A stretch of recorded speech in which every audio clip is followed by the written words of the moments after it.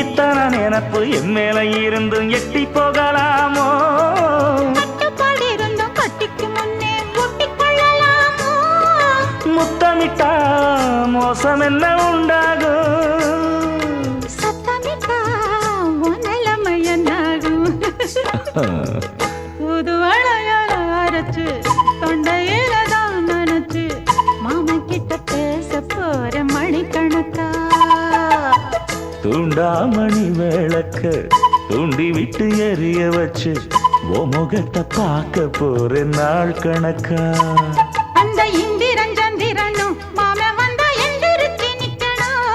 அந்த ரம்பையும் ஊர்வசியும் மயிலுக்கு தொண்டுகள் செஞ்சிடணும். நான் காத்தாகி ஊத்தாகி மாமனை தழுவி கட்டிக்கணும்.